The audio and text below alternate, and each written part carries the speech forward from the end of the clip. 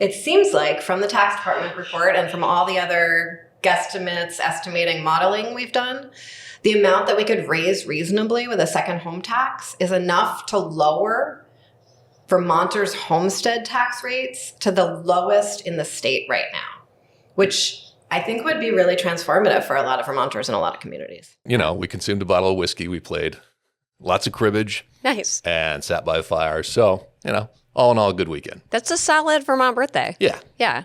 Nice work. Sorry you didn't get a moose. No, I've just come to believe that moose are a mythical creature that doesn't exist. They might be. Hello, Vermont. I'm Andy Julo. And I'm Joanna Grossman. And this is There's No Way in Creamy. Vermont politics, culture, and beyond. Thanks for joining us.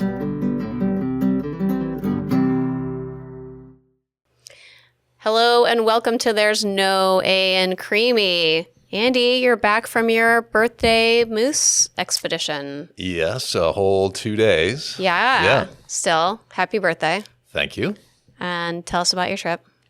We went to the Northeast Kingdom. I have never seen a moose before. Right. And so my wife decided she wanted to try to fix that for me. And so she rented a cabin up on Wheeler Pond. Nice. In Barton, I think. And we spent 2 days there. We spent a couple hours every morning hanging out in the bog. I did some scouting on Friday, found a herd path, some broken branches, some moose scat. I thought, okay, this is the spot. Yeah. And we got up at 4 a.m, got our chairs, hiked out there, sat there in the dark for about 2 hours. Nothing. Barely even, no beavers, no deer. Oh, wow. Not even any geese until the second morning that we saw. So it was like nothing going on. It was such a nice day, though. It was so beautiful. It was. I don't know, early in the season, I think, because moose like to feed at the weeds at the bottom of a pond, I guess. And maybe that hasn't grown yet. So we heard it was a little early. We saw the scat, but it looked like it was maybe a little old. You know, there was still snow on the ground. It might have defrosted from the fall or the winter. Right. Yeah, it was hard to tell the freshness of the scat. Sure. Yeah. Sure, I can see how that would be challenging. I haven't had that problem before, but I can understand. Well, but, we consumed a bottle of whiskey. We played lots of cribbage. Nice. And sat by a fire. So, all in all, a good weekend. That's a solid Vermont birthday. Yeah. Yeah. Nice work. Sorry you didn't get a moose. No, I've just come to believe that moose are a mythical creature that doesn't exist. They might be. Mm-hmm. I mean, I've had them cruise by my house in Burlington a couple times, but no big deal. Okay. Show off. Okay. So welcome again to our new listeners. We've had a few weeks of growth, really strong growth, and we just want to say hi and thank you for listening, and we appreciate you. And don't forget to like and subscribe. It helps us out a lot in the algorithm and helps us build the show. Makes us feel good about ourselves. For sure. I want to do a little glossary of shame. So when we use a word or a concept that we realize when we're editing, nobody knows what we're talking about, we like to circle back and do a little glossary of shame. So I don't know how obscure this term is or not, but last week we interviewed Dr. Stephen Leffler, the new CEO of UVM Medical, and I referred to him as a GET, which is an industry term for when you get a person that's hard to get for an interview. And he was a GET, and that's what that means. I got that. Yeah. But I don't know. Surprised me. We're of the same generation, so maybe some of these terms we don't understand. Maybe it was just obvious from the context, but I listened to it later and I was like, oh, is that a weird, obscure term? So I don't know. Well, if you know what it is, everybody understands what it is, just, message us and we'll do a reverse. Yeah, you can shame me for doing the glossary of shame. I'm up for that. Over-explaining something that everybody already knew. Yeah. We probably do that all the time anyway. It'll be a new segment. Yes, probably. It was actually, that's the first time in a while-ish that we've had an interview that wasn't a candidate. Yeah. We've had so many candidates on lately, and, we'll have more coming. And that I was, when we started the season and I had announced that I'm running for state senate, I didn't know what that was going to be like and if it would be weird, but it's actually been really fun to be going through the experience alongside all these folks. And it's been oh, I want to ask them what they think about this and, that kind of thing. So it's been neat. Yeah. There's a fraternity of people who run. When I lost my state rep run in 2020, and it was a real tight race. The four of us, and Mitzi Johnson also lost, and we lost to Leland and Michael Morgan. We all ended up at the sandbar at 5 a.m. for a thank you honk and wave. Oh, yeah. And the four of us just stood there and commiserated about the experience, and it was kind of fun. I love that. This is like, your year was, well, from where I was sitting, it felt like a smaller year. But when I was running a statewide campaign in 22, that was like the political tsunami year. Although I would say that about this year too. And that year also felt like there was just a whole like kind of class of folks, like, and I always think of them as like, oh, we graduated together, like we were in this like the 22 year together. Yes. Yeah, and I think it crosses party lines too. Yeah. You all experience this pretty much the same thing. Yeah, you see everyone in the same places, and it's like, it's fun. I mean, I feel grateful to have the experience. Okay, another thing I wanted to circle back with a little bit is when I go through the episodes, I love hearing people's creamy orders, right? It's like the best part. And I have an aspiration that one day we'll do a montage of just like everyone's creamy orders. I didn't know there's so many different ways to take a creamy. Okay, well, that's my thing is like when I was listening to my episode about my campaign launch and I was saying my creamy order, and that is like the favorite creamy that I've had. But I think something that I'm bumping on is that I'm astonished that everybody has a go-to creamy order because I don't think I really have that. Like I actually, like when I go to a creamy stand, I kind of want to know like what they make. Yes. What's their specialty? Yeah. Yep. I hear you. So I kind of wanted to like name that. And I'm amazed that everybody's like, oh yeah, like this is my place. This is what I get. Right. And if you're not doing that, you're doing it wrong. Yeah. Well, I don't feel like they've like shamed us for the question. Maybe some have, but yes. Maybe behind our backs. Yes. They were like, how dare they ask that? But yeah, and like I'm kind of excited to like, get around the district and see what people cook up. Okay, pivoting over to policy.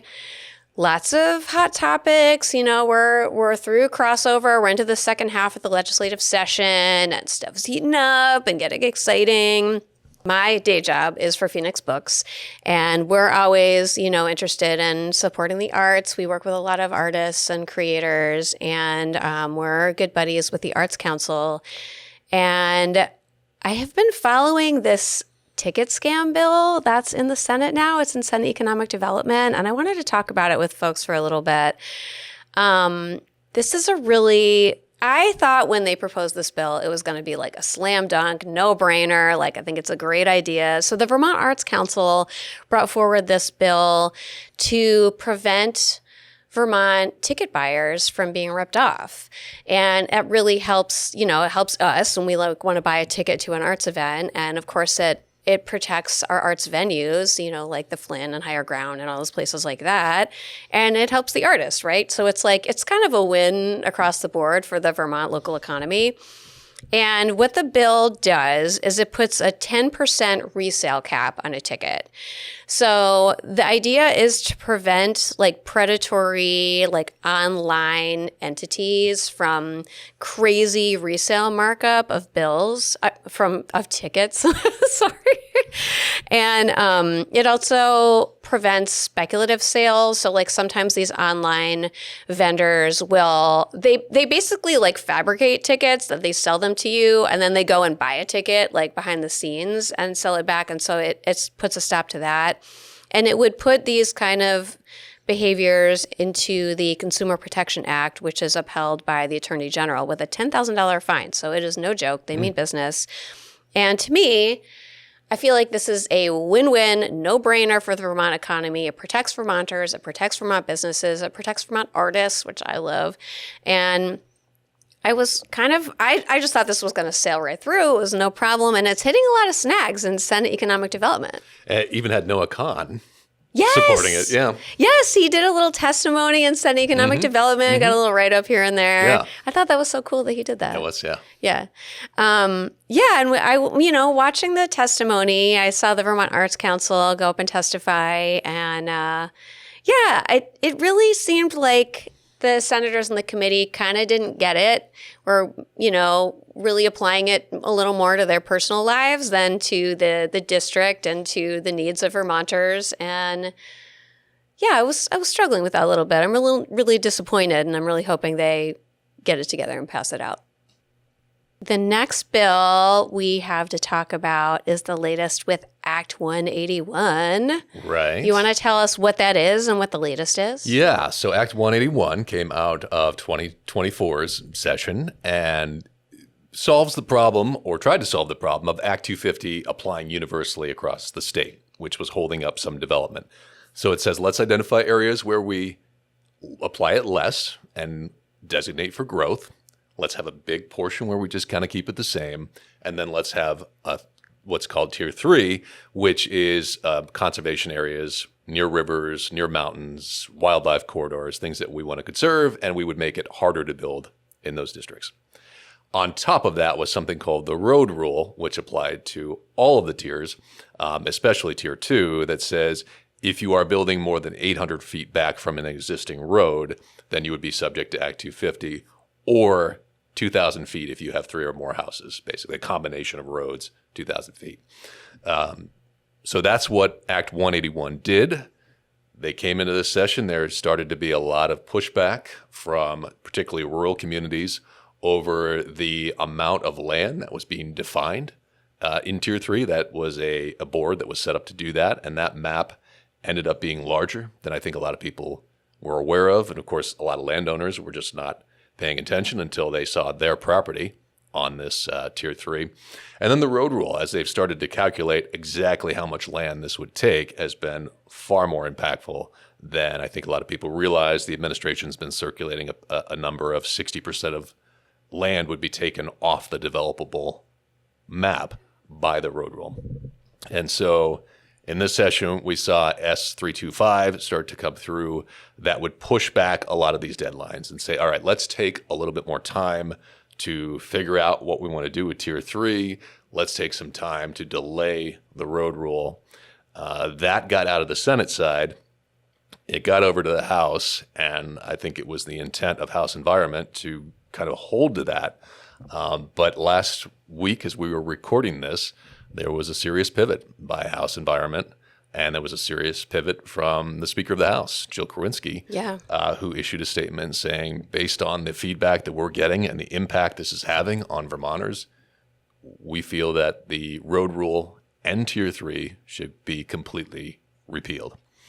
And we heard a statement from Ann Watson, Senate Natural Resources, say that she would probably not resist that. And so big change. So it seems like we're headed for a repeal of part of Act 181, the Tier 3, and the road rule.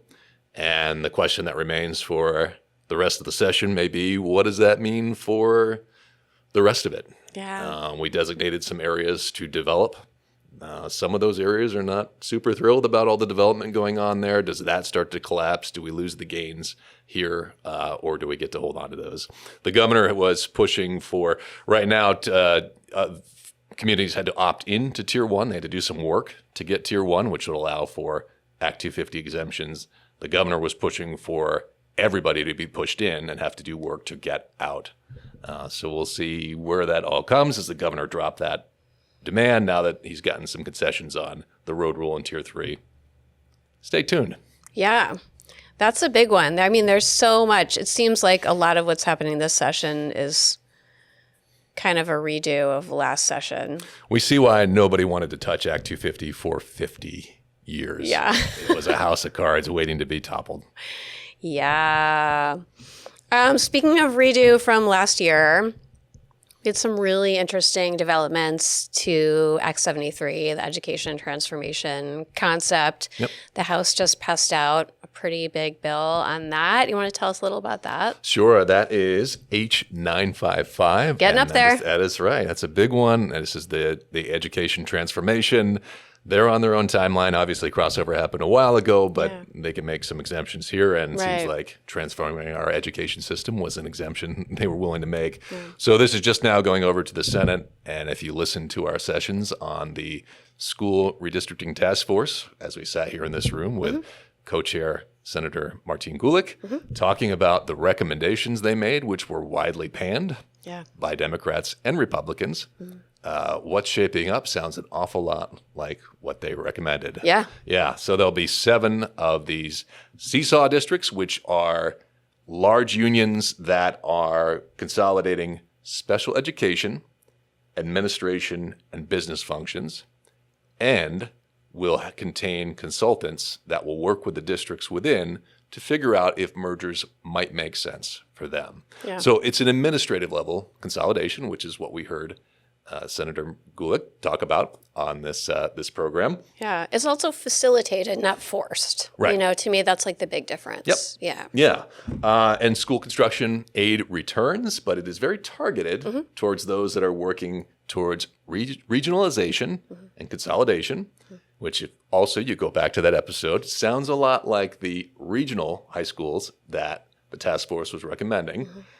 Going to less schools, especially the higher level schools, high schools, maybe middle schools, over time, and using state money to do it, right? We'll help pay for school construction, but we're not going to pay for 2 high schools 15 miles apart.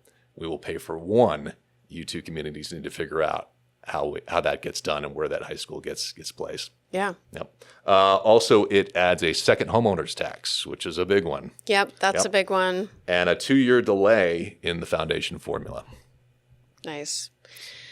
So that goes over to the Senate, and now it's Senate Education's turn. Yeah, I'm looking forward to seeing what they do with it. I mean, I'm really impressed with how the House responded. I mean, it took them a little time, but I mean, things take time, you know, and, you know, the task force did such a good job and such a thorough job. And I'm glad it really did kind of percolate through the Senate or the House, and that they were able to make policy out of it. And I can't wait to see what the Senate does with it. Yeah, I think what we're seeing both in the housing and the education is a response based on the feedback they have received from the public. Oh, absolutely. Kind of how this is supposed to work, right? Yeah, for sure. I mean, I was totally fascinated that this morning I just heard that the governor is doubling down that, you know, he's not letting session end until the legislature passes forced mergers. And I just thought, okay, we'll see how this goes. Yeah, well, it's going to get even more interesting because they're not doing work on forced mergers. Right. So as they continue to organically work towards this solution, if the governor says, no, we're going to do forced consolidation based on no groundwork in that, we're just going to overlay a plan, take it or leave it. And that's just more of the same. I mean, we see that's how he governs by veto, you know, and that's, you know, it's just not collaborative. No, and you know, the veto session in 2024, he wanted to take a lot of bills off the wall, scratch them out, rewrite them entirely, and solve them in a one-day veto session. That is not a way to produce good legislation, and it's certainly not a way to overhaul your education system. Yeah, and it's not democratic. No. Yeah. It's not transparent. Not at all. No. Okay, thanks for that update. Okay, we have an exciting thing to share with the listeners. We have our 1-year pod-iversary, our podcast anniversary is coming up. Thanks for defining that. Yeah. Well, it was obvious. I think people could have figured it out, but yeah. I know. Well, whatever. No, I'm glad you did, so we don't have to do a glossary of shame. Glossary of shame. On pod-iversary. So our pod-iversary is coming up. We're really excited. We have 2 wonderful guest hosts coming on to interview Andy and I. The one and only, I guess 2 and only, Owen Foster from Green Mountain Care Board and Attorney General Charity Clark are going to be guest hosting, and they're going to be interviewing us, and we couldn't be more excited about it. So that'll be in a few weeks. So watch your feeds to see that coming up. Good stuff. Looking forward to it. Yeah, it should be fun. Maybe mildly terrifying for us. A little bit. Yeah. Yeah. It's a little concerning to have hosts that are so much better than you. I know. It's intimidating. Yeah. And they're also like really experienced attorneys, right? So like we could be just like cross-examined on the air. That's right. They're both, Yeah. So you know, y'all should enjoy that. We have a really wonderful interview for you guys this week. We went down to the State House and interviewed Representative Emilie Kornheiser, Chair of Ways and Means. And she's going to be talking to us all about revenue, taxes, Yeah, she was kind enough to get there early. She has a long drive from her Yeah. house to the State House. She got there early for us and met us in the State House. And we Yeah. had a nice conversation about how revenue is calculated and obtained and planned. It's so much more long-term planning than you would think from the legislature, and it's pretty fascinating. Yeah, it was cool. I didn't realize how excited I could be about tax policy until we talked with her. It Yep. was pretty cool. Yeah, she's into it. She's into it, and it was just fun to geek out on that. And it was in the State House, which is always like a technical Yes. challenge. Yeah. So bear with us on the visuals. The audio is fully intact. I mean, we have all the visuals, but you might be squinting a little bit. So sorry Possibly. about that. Yeah. But it was fun times. And then stay tuned at the end because we got a little last licks for you too.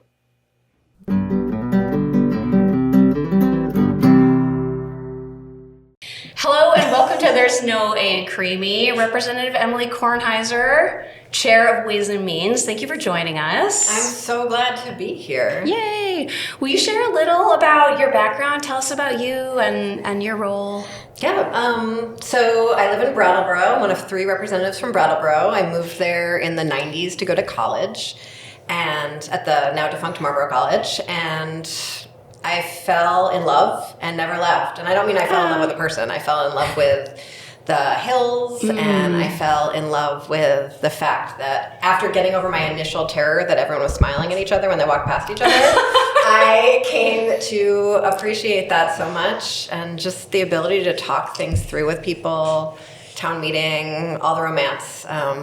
I really felt like it was a place where a person mattered. And so I stuck around through many a weird and underpaid job. And about a decade ago, I felt like the work I'd been doing in government wasn't enough. And I wanted to slam my head against a brick wall in a different way. And so I ran for office. I love that. I love your fear of smiling at each other. I have to tell you, like when I first moved to Burlington, I was like genuinely confused with that strangers were like smiling and waving at me. I was like, is there something like on me? Like what is happening? But I got used to it. Yeah, the eye contact is very threatening at first. Yeah. Yes. Yeah, that's right. Yeah. So we're in the Capitol. I'm not sure if we said that. Yes, but we're live from the State House. And we were here on the first day of session, and we talked to Robin Scheid and Tiff Bloomley from Right. Appropriations. You chair the other half of that, Ways and Means, that deals with bringing in revenue. Can you tell us a little bit about what your committee does, how it fits with the state function, and the challenges that you're facing in that committee right now? Yeah, absolutely. I sort of feel like you should have started with us and then gone to appropriations, because that's to some degree how the process works, right? Yeah. So the Ways and Means Committee's job is to bring in revenue to meet the needs of the state. And we set tax policy, we set fee policy, we look at sort of the grand list and the value and sort of what makes the state strong enough to have the tax capacity that's needed to fully fund government. And we do that across all the funds, the transportation fund, the general fund, and the education fund. And I started my legislative career on the Commerce Committee, because I felt like a strong economy is how folks get their needs met. And I moved to the Ways and Means Committee at the end of my first biennium, still during that biennium, and did that because that's where it all starts. If we don't have the resources that we need to meet people's needs as a state, we're all just sort of fighting amongst ourselves to figure out what will make a difference. And we wind up in a position where we're doing things halfway or not at all, even though we know that that's what would make Vermont stronger. That might be what makes Vermont more affordable. But a government that people can trust only works when that government has the resources that it needs to get the job done. Well put. So I super nerdy love tax policy. Yeah. I really see it as the most basic form of civilization. Like we pave roads, we have schools, and we collect all of our resources together into a big pot to meet our needs. How do you start that work? I mean, you come to a session and the governor may drop a budget about 2 weeks later. Do you work off of that, or are you trying to anticipate the amount of expenses that you're going to have? I mean, how do you approach a session like that? So there's this funny part of the legislative process that I think not that many people pay attention to, called the emergency board. And that is how we start the session. Okay. So the two, we're called money chairs, the appropriations chair and the Ways and Means chair in the House and then in the Senate. The four of us are part of the emergency board with the governor. And twice a year, our two economists, our legislative economists, our state economists come together. They spend months figuring out how much revenues we should anticipate for the year. And then the five of us vote on whether or not to approve that projection. And that is what the budget is built off of. That's what the governor's budget's built off of. That's what the legislative budget's built off of. And that's what Ways and Means works with to see, are there changes we need to make with tax policy to meet our needs? Gotcha. And it's actually, you said that you guys like to go nerdy. So we are one of, not every state has this consensus revenue forecast, and it's actually a really big deal. So there's some states that have a legislative economist and one revenue forecast, and a administrative economist and a separate revenue forecast. And so when the two budgets come together, they're not even working from the same numbers. And so that's something that we really, it's like one of the many sort of cross-government, nonpartisan things that we do here. And it makes things work better. I actually have a later question for you about the emergency board. That's how nerdy we are, but Sorry we'll get to that. No, I love it. Okay, so voters, readers, Vermonters, everyone's hearing the term buy down a lot lately. Can you talk to us about, like, at a basic level, like what that means and then what the status is with that right now? Yeah, absolutely. So property taxes. We have our education property taxes and we have our municipal property taxes. Our municipal property taxes are fairly straightforward, right? Our town votes for a budget, and then they raise the rate needed to meet that need. For our education taxes, since Brigham decision, Act 60, the 90s, we have this really other way of setting our education property taxes in Vermont. And what that basically looks like is every school budget around the state, every school board around the state, every school voters, whether that's a town meeting or a separate floor meeting or Australian ballot, come together, they vote on a budget. We add up all those budgets at whatever number those budgets come to, and then we see how much money is in the education fund from other sources. So we have sales tax that goes into the education fund, we have meals and rooms tax that goes into the education fund, we have a bunch of other taxes, they all go into the education fund. And then there's always a gap between those other taxes and how much have come in and how much Vermonters have decided they want to spend on education. And we close that gap with property taxes. That's the system we have. And so when it comes to Ways and Means, and we know how much we are required to spend, and we know how much other revenue we have, we don't have all that many tricks we can pull out of our hat to address property taxes, because we have an amount we have to raise. One of the few things we can do in that single year is to say, we'd like to get some money from the general fund to offset that. We'd like to add general fund money in as one of the offsetting revenues to lower property taxes. And we've done that a couple years now. And it's really sort of a last, sort of one of the last choices that we would make, because it's just not perfect tax policy to do something like that. But it's better than having Vermonters' property taxes jump, go up unnecessarily, go up higher than people can afford. We're very, very aware that stable taxes are really important. Knowing what your bills are is very important, and having your bills low enough that you can pay them. But that's really hard when the spending side is sort of out of our control to some degree. And so that's how we balance that, is by doing this. We call it a buy down, but it's a general fund transfer. Okay. So in the longer range, so we've got always got some disagreement over parties or administration, the legislature, over how policy will affect revenue. And Act 73 is an example of that. We've got the administration that thinks consolidating districts will save property taxes or lower that property taxes, whereas the redistricting committee and now sort of House Education is coming in with the shared services model will lower property taxes. Do you have to get into that in the long range and policy, or do you as a committee respond more in the short term of year to year? We're doing both simultaneously. You are? So we have the yield bill, Yeah. which we just passed last year and is on the last week and is on the House floor this coming week. That sets property taxes for this year to pay for funding this year and spending this year. The work of Act 73 and sort of did not get as much attention as the education work. But about half the legislation is tax policy. And so Ways and Means spent all of last year and actually the biennium before that working on what became the tax side of Act 73. And I think one piece of the work that from the governor's proposal, from the Ways and Means proposal, from the Education Committee's proposal that gets a little lost in the mix is less that redistricting and saves money in terms of just like less money needed, and more that it makes other pieces possible. So it makes a foundation formula possible. And once a foundation formula is possible and can be used equitably and fairly around the state, then all of these other tax pieces become possible because we can have predictable spending.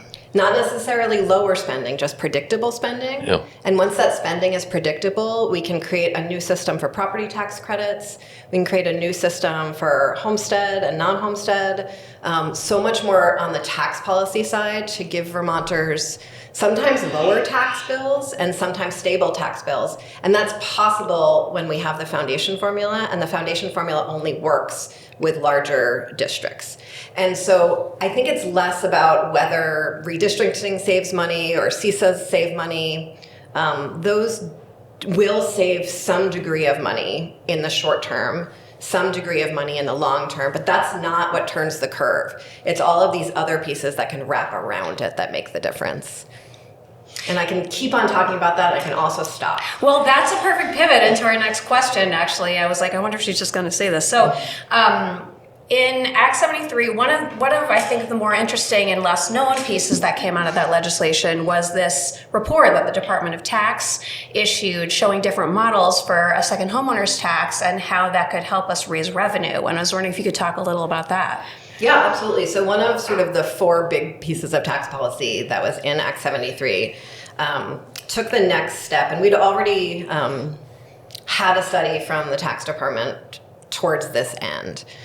But to change the way we set property taxes from just having a homestead and a non-homestead tax, right? We have homestead, which is if you live in your home most of the year, and then we have non-homestead, that's everyone else. And that's second homes, but it's also like parking lots and farms and apartment buildings and commercial properties and your whatever, gas station.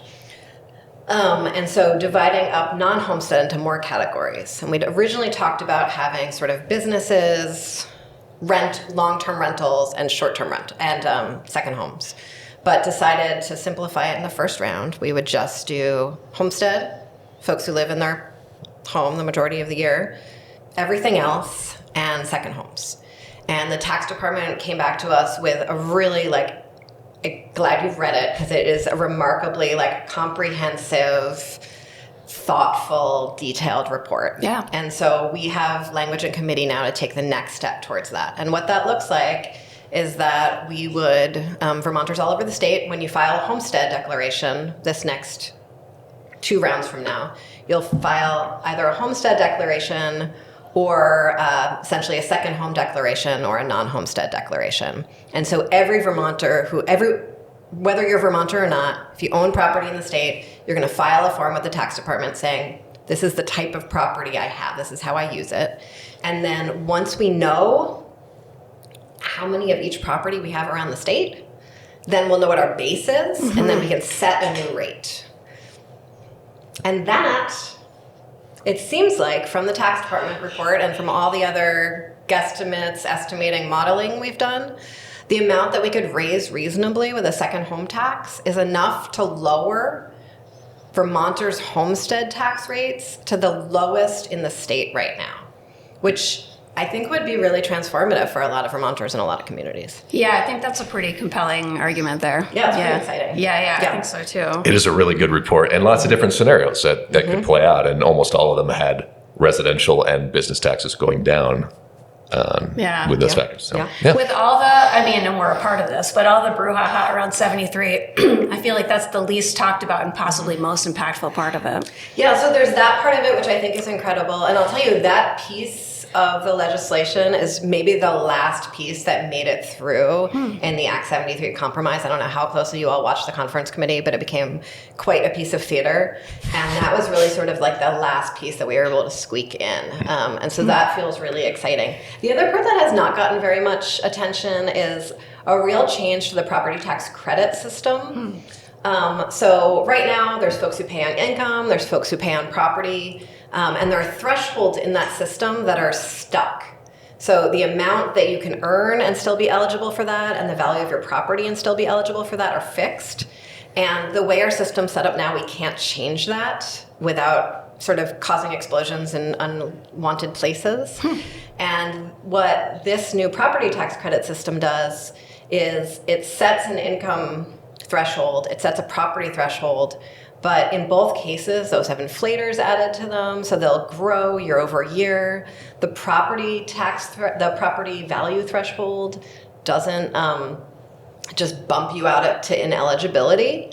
And so folks who might have, say, live in Chittenden County and have really high value homes that they might not have paid that much for in the first place, like me, those folks would still be eligible for the property tax credit. It just wouldn't cover the full value of your property.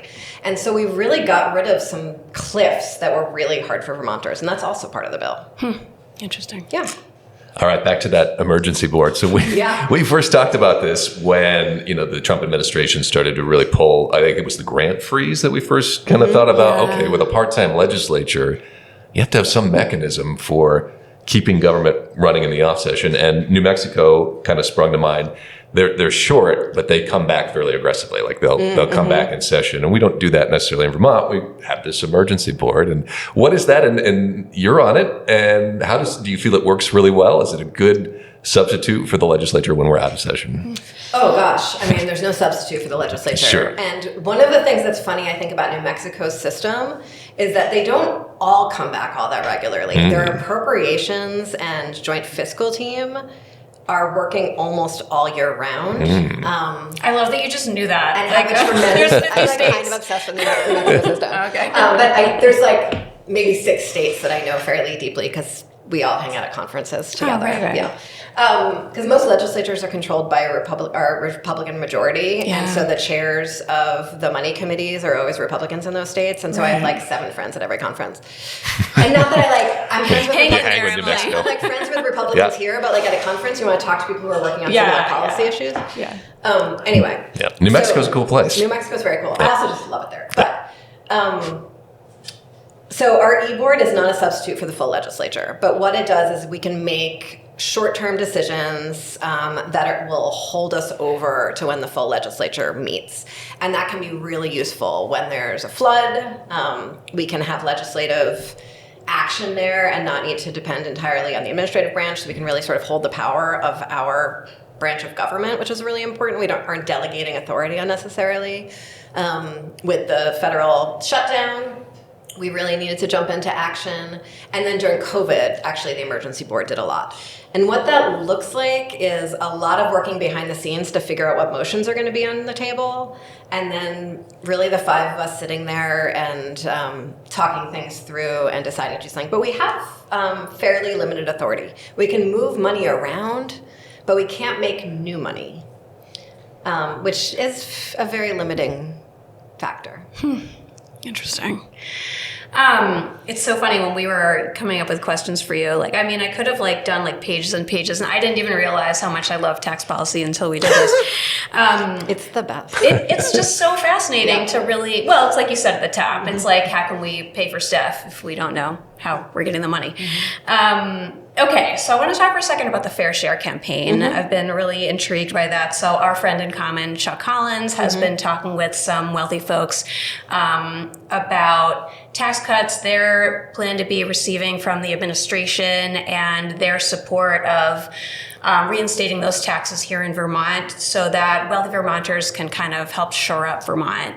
And I'm wondering if you can share with us your thoughts on a wealth tax. Yeah. So during the first Trump administration and the Tax Cuts and Jobs Act, a similar conversation took place. where it was, wealthy Vermonters or folks with high incomes. Some people don't like to be thought of as wealthy. That's like an identity rather than, an aspect. So I'm going to use person-forward language on this one. That folks got a big tax cut at the federal level. Why can't we recoup it at the state level? And I think that's sort of an interesting argument to be made.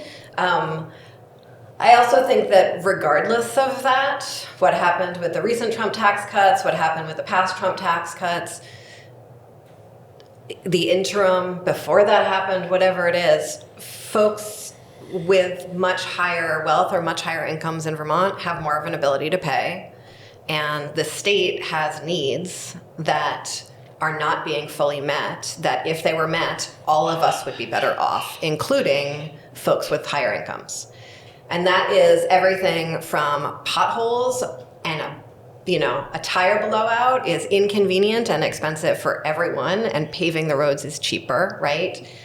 Schools that thrive with kids that thrive is good for democracy, it's good for the economy, right? All those things, like state spending is good for all of us and it stabilizes our economy. So last biennium, the House and the Ways and Means Committee moved forward a new income bracket to pay for our housing crisis. And that was a big move of our caucus. Folks were really excited about it. It felt like a big step forward after being talked about for a long time.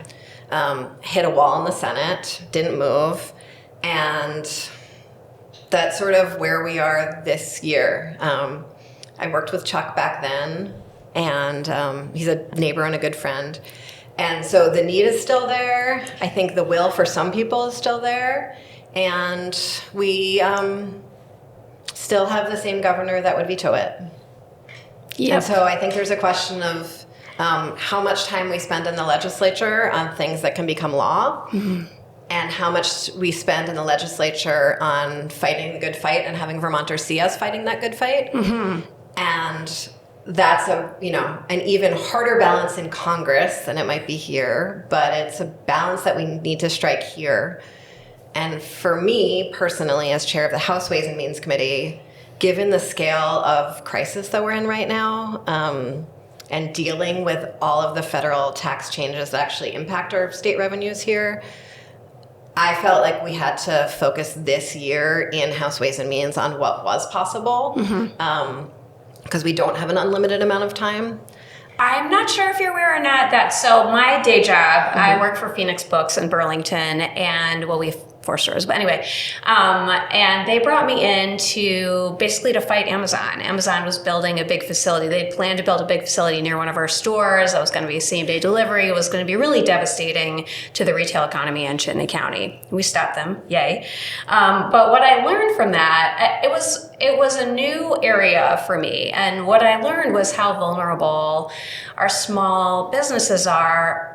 What really kind of knocked me down was learning that Vermonters send $500 million a year to Amazon. That goes out of state, never comes back. It goes up to $1 billion when you talk about different kinds of out-of-state wealth extractors. And I've been kind of racking my brain. I'm sort of springing this on because it's a big question. But I'm really trying to think about, okay, how can we recapture some of that to keep it circulating within the Vermont economy without passing the cost onto consumers? Because at the same time, I feel like it's not really fair. When everyone's struggling so much, I have a hard time saying, oh, you can't buy on Amazon. I just want to recapture some of that money that's leaving. Is that something you've thought at all about? Yeah, I think that question is why I wanted to be on the Commerce Committee when I first joined the legislature, and I love that question. Thanks. So one of the things I actually said when we were passing the yield bill was that spending on our public education is one of the best ways we can spend money in this state, because almost all of that money stays in Vermont, right? Yeah. That goes to almost entirely to salaries for Vermonters so that they can take care of their families and pay their bills, right? And I think that's true of state spending in general, and I appreciate that about really any strong institution in a community. And so that's true of our hospitals, it's true of our schools, it's true of our UVM and other universities and colleges. So with farms, and farmers markets. And I think that's sort of the place that we've explored that the most as a state, right? We have systems, like quite a few systems for how we move money to farmers so that they can sell their goods for a more affordable price to compete with, international produce or produce from California. And we do that partly by subsidizing farms directly, and we do that partly by crop cash and accepting food stamps at farmers markets. And WIC has like a double your spending program. And so there's probably about 6 programs that operate at our farmers markets that enable folks to afford local food. And I know that my farmers market in Brattleboro, which I think is one of the best in the state, and just celebrated its 50th anniversary. And it's just like so awesome. I really encourage people to visit. And we go all year round. We have a winter farmers market and summer farmers market. Nice. I think at least half the people who shop there actually shop there with one of those programs. Wow. And so that's incredible. Yeah.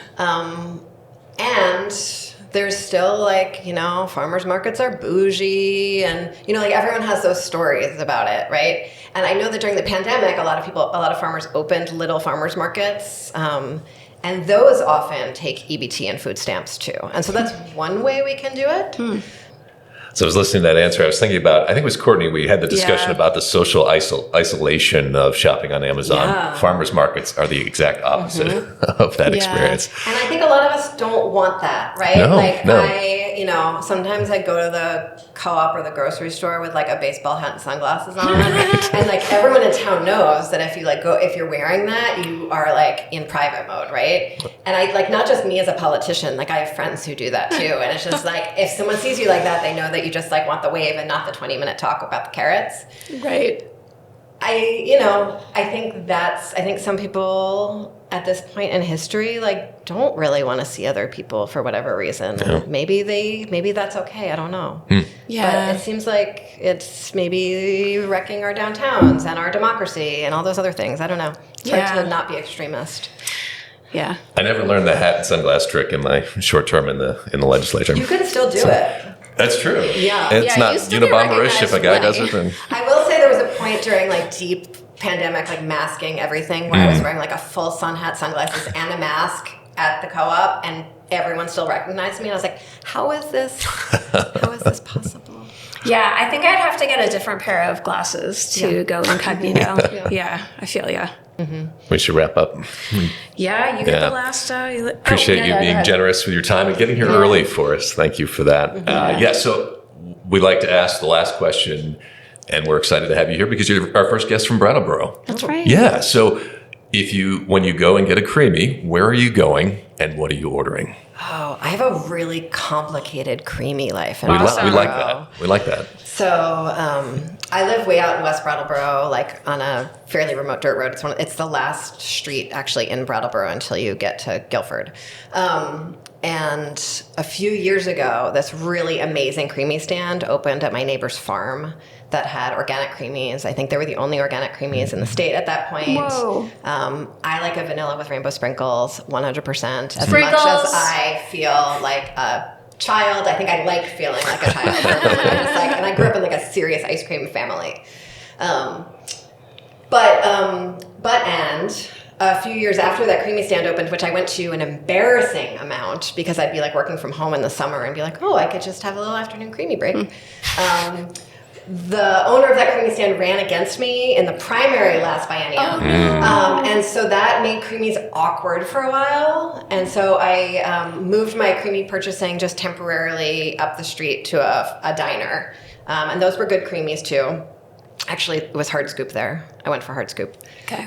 We understand. Yeah. They actually didn't have creamies there. They just had Hard Scoop.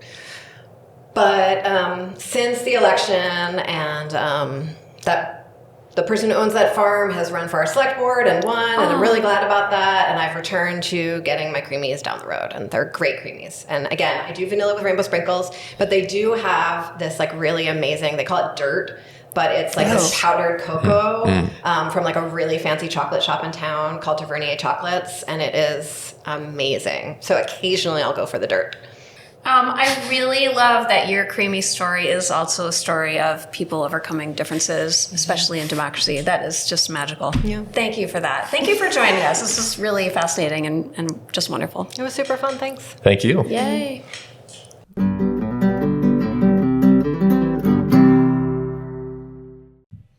And we're back. All right. We're doing last licks. We're doing last licks. It's been a few weeks. It's been a while. Yeah. It's good. I'm excited. Me too. What are we doing today? Well, as we know, I failed to find a moose this weekend. Yeah. And it was well researched. I was looking in the most populous part of the state, the most moose populous part of the state, not the most people populous. Right. And an area that is marshy and known to be where they habitat. Yeah. But apparently I'm going about this all wrong because people see moose in places that you wouldn't expect. Yeah. You, for instance, saw a moose from public transportation, correct? I saw my first Vermont moose. I was on the GMTA bus when I worked for the Agency of Agriculture. I used to take it almost from my front step in Burlington to Montpelier, and we were about to get off the on-ramp. The on-ramp. We were getting off the off-ramp, I guess, in Richmond, and I saw a moose in a field from the bus. That is correct. It was amazing. It was like a jaw drop. I couldn't believe it. It was awesome. All right. My wife has seen a moose. She saw hers on the interchange of exit 14, also off the interstate. Yeah. Your husband has seen a moose. Where was that? In my neighborhood in Burlington, he was pushing East on the stroller, and he heard what he thought was a horse galloping behind him, and a moose ran past him on the street. All right. That really happened. Say, I just need to be hanging out in the Staples parking lot Yeah, that's right. with my chair and my cup of coffee, Yeah. waiting for that moose. Yeah. Okay, but that's not the only strange place people have seen moose. Yeah. What else you got? So in April of 2023, a moose saw some plants through a hospital lobby window in Anchorage, Alaska, and decided it would like to eat those plants. So it walked through the automatic door and into the lobby. No way. I would have Yeah. loved to have seen that. Yeah, that would have been nice. Security Yeah. tried to chase it out using chairs and scooting furniture its way, and they eventually got it to walk out the front door. It's pretty tired from that experience, so it laid down on the front lawn and took a nap. Yes, that's awesome. Yep. That's it. I love about mooses. They just don't really care. They don't. They're can so get- big. Exactly. They're so Yeah. big. You could be there, whatever. They're gentle giants. Yeah. Okay. In New Hampshire in October 2024, there was a cover over a pool. Somebody had a backyard pool. Sure. The moose didn't recognize that was not a solid surface. Right. So it walked onto the pool cover and went through Oh, no. and spent a few hours trying to bob its way out. I think they're actually pretty good swimmers, right? They're very good swimmers. Yeah. They can actually dive up to 12 feet, I've been told by my wife. Whoa. Yes. Nice. I got a lot of moose facts as I was sitting there not seeing a moose. I bet you did. Yeah. And they were able to get it out, and it went on its way. Gotcha. In Kenai, Alaska, the moose just must be walking into everything in Alaska. Yeah. But a moose walked into a movie theater, and It somehow sounds like the beginning of a joke. I know, right? Yeah. And somehow the agent missed it, and it walked straight into the theater. Didn't notice the moose walking by the ticket booth, and it went right into a theater. It found a Happy Meal that somebody had brought. It tried to eat it. It got stuck on its head. It got scared, and it ran out with a Happy Meal box on its head. That's awesome. I'm assuming it got it off at some point. Yeah, I want to believe it did. All right. Yeah. Here's something I did not know. Now, moose, like deer, they've got to find sources of food throughout the winter, and it gets pretty hard. Yeah. Apple trees are a pretty good source because a lot of the apples end up hanging on and they don't fall off in Right. the fall. So they're there all fall, and some of them hang on in the winter. Sure. But they're fermenting. Oh, no, we got wasted. Yeah, I didn't know this was a problem, but deer and moose eat apples off of trees and they get drunk. So one moose in Sweden got drunk, tried to climb the trunk of the tree to get up a little bit higher, and his front hooves slipped right through the trunk, and he got stuck in the tree. Get a grip, So Moose. the fire department had to hoist him out and send him on his way. He also lay down and took a nap and slept it off. Nice. Another moose in Sweden, I guess there's a lot of moose in Sweden too, Yeah, okay. did the same thing, found an apple tree in the backyard, started munching down, got a little wobbly. Sure. The automatic lawnmower decided it was time to come on. The robot lawnmower started mowing the lawn. Oh, no. Yeah, and at first the moose was afraid. They caught this on camera, but then it decided it wasn't yielding its tree and decided to stomp it and killed the robot lawnmower. Oh, no. Moose 1, robots 0. Okay, I'm down with that. All right. Yeah. And the last one, a family of moose went to Walmart in Idaho and found the trampoline display Nice. in the parking lot, and the bull moose bounced on the trampoline. Whoa, and it held the moose? I don't know how successfully it held the moose or how much bouncing happened, but the whole family, was there. Oh, and I have one more. Okay. Also in Idaho. Okay. One fell through a basement. You know how they have those basement stairs type Oh, things. no. Fell down there, and it no. kind of like caved it inwards so it couldn't get out. And so they tried to like herd it out the stairs. But it was okay when it It was landed? okay, but it was a Okay. little panicked. Oh, and sure. they couldn't get it out. So they had to tranquilize it. Oh, no. And then they carried it out. No, And that must how? have taken a lot of people Yeah. to carry it out. Yeah. Whoa. Yeah. So I was looking for moose in the wrong place. Yeah. Look at Walmart, Yeah.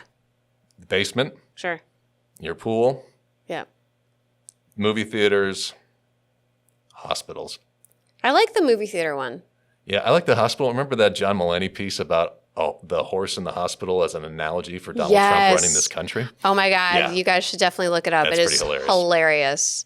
Yeah. Aw. These poor little mooses. So there you go. Next moose hunt I go on will be someplace besides a swamp. All right. I did enjoy the swamp, though, just sitting there watching the It looked sun fun. come up. Yeah, we started in the dark. The stars were out. Sun came up. It started shining over the pond. It was pretty. Yay. Yeah. Well, I'm glad That was you had a Saturday. fun Sunday time. poured on us. Yeah. Yeah, you got a super nice day for it, even though you didn't get a moose out of it. I think this is your year, Andy. I think you're gonna get a Well, moose I'm this going year. to Colorado this fall. There you go. And so hopefully I'll see one there. Yeah. All right. Yep. Thanks for this. Thanks, interns.